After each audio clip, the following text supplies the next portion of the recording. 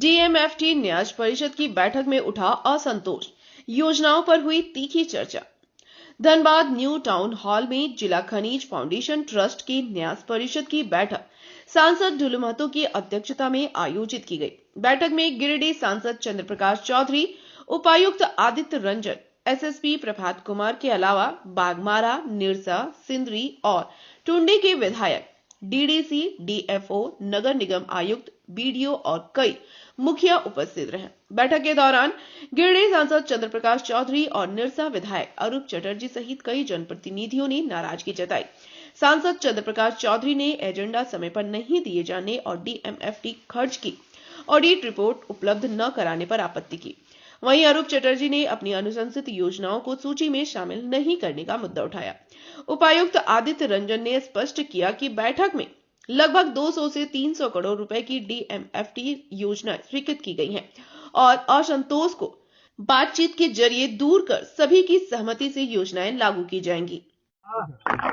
DMFT का बैठक था और डीएमएफटी की बैठक में जो भी प्रस्ताव आए और जो भी हमारे पंचायत के प्रतिनिधि और माननीय सांसद, माननीय विधायकों का सभी लोगों ने अपनी अपनी बात को रखा और मैंने पूर्व में कहा कि डीएमएफटी योजना का जो पैसा है वो प्रभावित क्षेत्र, जो अति प्रभावित क्षेत्र है और प्रभावित क्षेत्र दोनों में खर्च करना है। लेकिन पैसा जिस प्रकार से खर्च हुआ और मैंने लिखित रूप से भी पहले 3 साल का ऑडिट रिपोर्ट मांगा, लेकिन ऑडिट रिपोर्ट हमको नहीं मिला।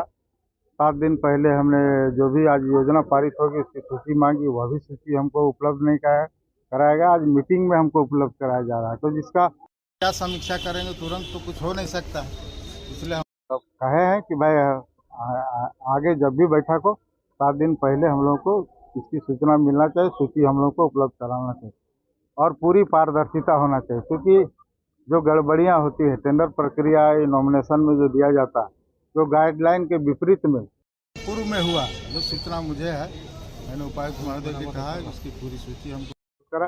अब सड़क निर्माण हो रहा है, 3 महीना में खराब हो रहा है। आज तक कितने संवेदकों पर कार्रवाई, उसकी कोई सूची नहीं है और 15-10 साल पहले से पूर्व जो योजना चल रही आज तक पूरा नहीं हुआ, उसका कोई समीक्षा नहीं हो रहा। तो इस पर पहले समीक्षा होना चाहिए, पैसा का सदुपयोग होना चाहिए और उस योजना का लाभ आम लोगों को मिलना चाहिए। सांसद का नाम नहीं रहेगा, तो ये बात तो बहुत अच्छा स्वागत की बात है, लेकिन सरकार को यह भी निकालना चाहिए कि भारत सरकार की योजनाओं पर विधायक का नाम। शिलान्यास कई बार होता है, मुख्यमंत्री जी शिलान्यास करते हैं, ऑनलाइन शिलान्यास पूरे राज्य का करते हैं, इतने लाखों करोड़ का शिलान्यास करते हैं, फिर जमीन में आते हैं तो फिर माननीय विधायक शिलान्यास करते हैं भूमि पूजन के नाम पर। यह कौन सा गाइडलाइन है? तो कौन सा गाइडलाइन? तो अभी ये स्थगित कर लिया गया 110 जो हम लोग इस योजना जो भी आया, मैंने जानकारी मांगा है, जो जानकारी नहीं मिलता है तो चूंकि डीएमएफटी का पैसा का दुरुपयोग होगा तो उसके जिम्मेवार हम भी हैं। इसलिए हम चाहते हैं कि जो प्रश्न हमारे द्वारा उठाए गए उस पर पूरी पारदर्शिता हो, तभी हम इसको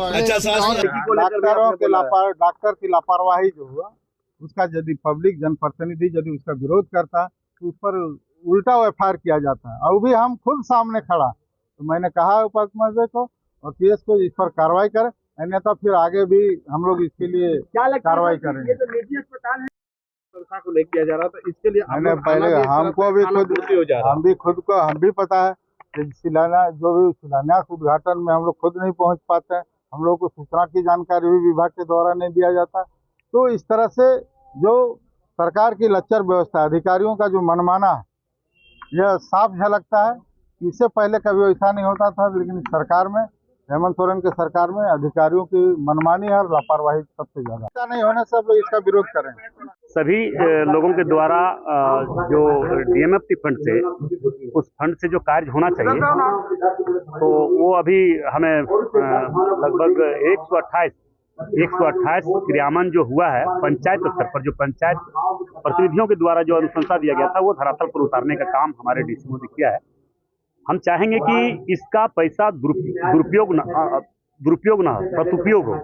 इसके लिए सभी लोगों का निर्णय लेकर जो कार्य हो सके उस कार्य को हम लोग करना चाहिए। जैसे अभी कुछ मुखिया संघ के लोगों का एक अच्छा निर्णय आया कि जहाँ हाई स्कूल है, कॉलेज है, वहाँ पे होमगार्ड के द्वारा होमगार्ड गार्ड दिया जाए, क्योंकि आए दिन कभी छेड़खानी या इस तरह का घटना हम लोगों को देखने को मिल रहा है। तो इस तरह का घटना न हो। हमारे चिरकुंडा के एक मुखिया महोदय बोल रहे थे कि वहां से लगभग 50 किलोमीटर दूरी धनबाद पड़ता है और बीच में कोई ट्रामा सेंटर नहीं, कोई हॉस्पिटल नहीं है।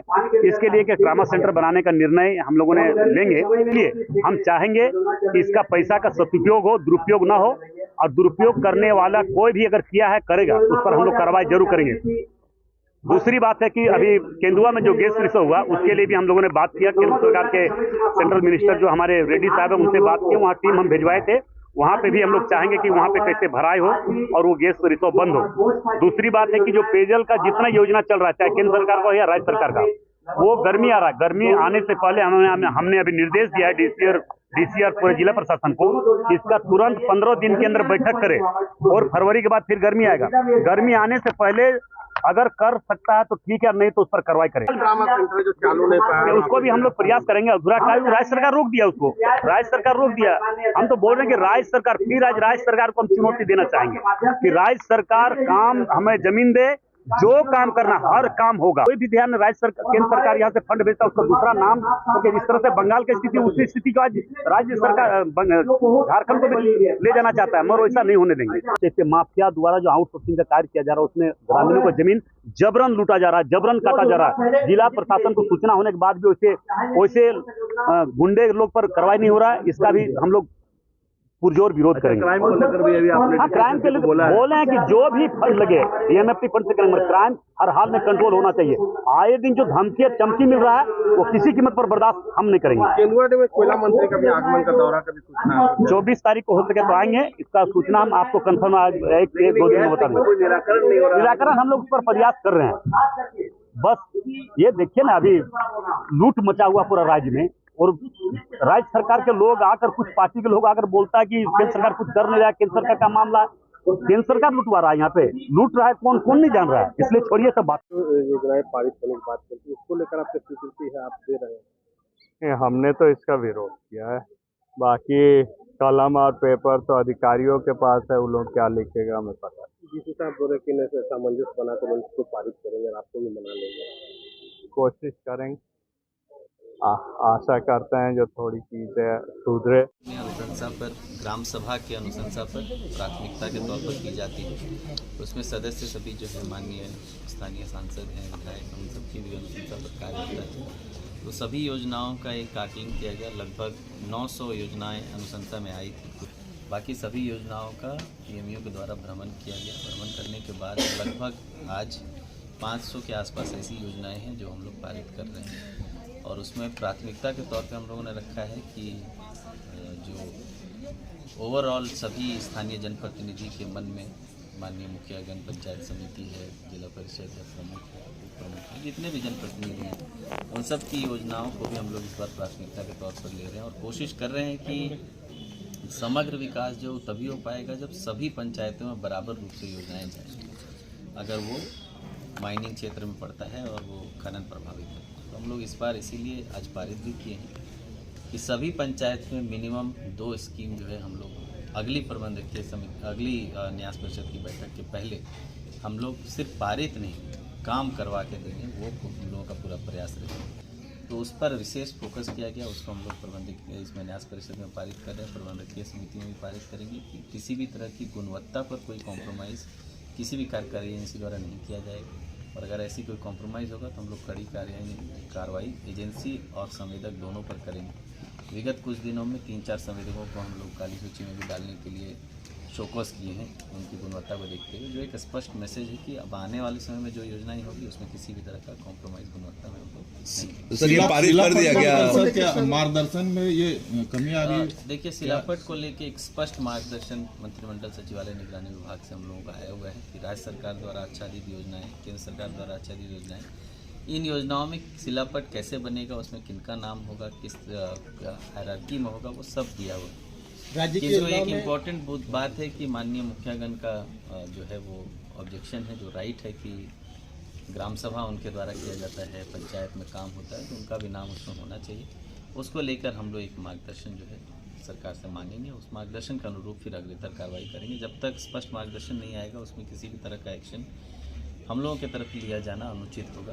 देखिए, नाराज़गी ऐसा किसी व्यक्ति विशेष और किसी चीज़ से नहीं होता है। नाराज़गी योजनाओं के क्रियान्वयन उसकी गति को लेकर होता है और उसको हम सबको जो है इसी तरह लेना चाहिए, सुधारात्मक तरीके से, कि बहुत अच्छी बात है कि किसी एक मुद्दे पर नाराज़गी है, उस मुद्दे पर क्या उसका निराकरण होगा कि अगली बैठक में वो मुद्दा दोबारा नहीं आए और उनको ये लगे कि नहीं, हमने जो मुद्दा उठाया था जिस पर नाराज़गी या असंतोष व्यक्त किया था उस पर संतोषप्रद उनको जो है कार्रवाई और जो है जवाब। और मूलतः मुझे लगता है पारित ही है। थोड़ा कन्फ्यूजन था कि उनको 4-5 योजना ही उनके स्तर का हुआ है, फिर उन्होंने लिस्ट देखा तो उसमें 15 निकल कर आया, तो बोले नहीं 15 भी कम है, तो फिर हम लोगों ने फिर पूरा लिस्ट उनको दिया है।